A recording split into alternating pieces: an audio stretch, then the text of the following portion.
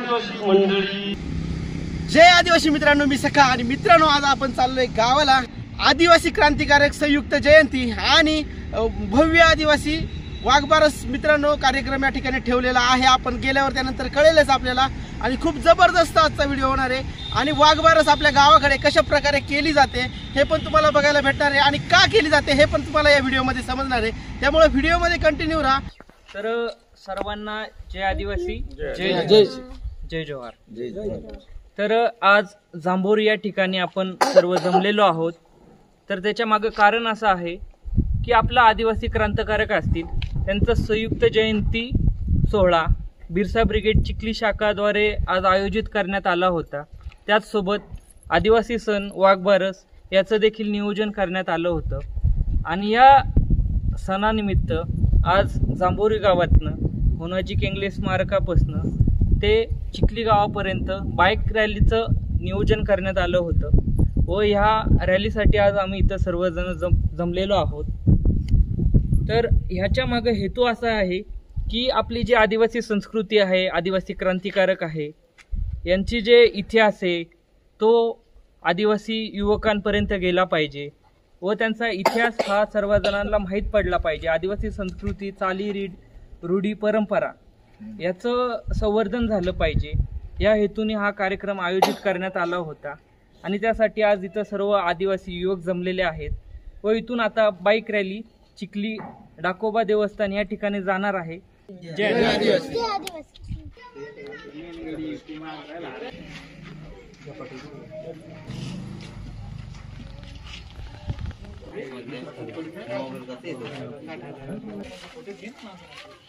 आदिवासी एकजुटीचा विजय असो. आदिवासी एकजुटीचा विजय असो. लायन हार्टेड होनाजी केंगलांचा विजय असो. शंकरटू केंगलांचा विजय असो. बिरसा मुंडा की जय. राघोजी वांगळे की जय. बिरसा मुंडा करत पुकार, राघोजी वांगरे करत पुकार, होनाजी केंगले करत पुकार, माया ठाकर करत पुकार, नागे कटकरी करत पुकार. भगवान राघोजी वांगरे की, भगवान होनाजी केंगले की, भगवान नागे कटकरी की, भगवान राव ठाकर की. आदिवासी एकजुटीचा एक तीर एक कमान, आदिवासी एक समान. या त्रिता ठाण्यावर आद्य क्रांतिकारक राघोजी बांगरेचा भगवान होनाजी केंगलेचा एक तीर एक समान, आदिवासी एक समान. आदिवासी एक जुटीचा आदिवासी एक जुटीचा राघोजी बांगरे करे पुकार, होनाजी केंगले करे पुकार. महामानव क्रांती सूर्य कर्त्याबा भगवान बिरसा मुंडा की जय.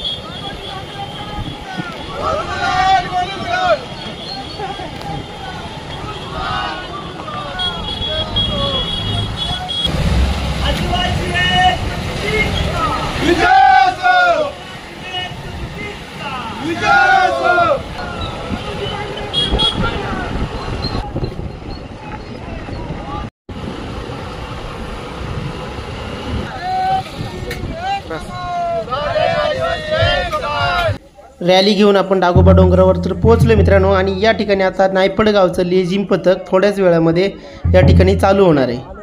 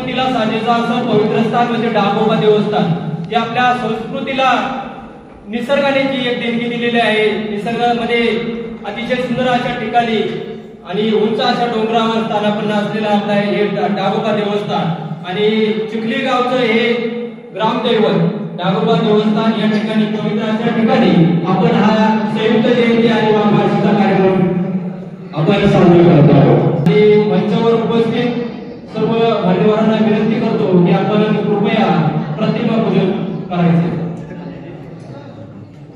आणि संस्कृतीनुसार डागोबा देवाची आपले जे भगत आहे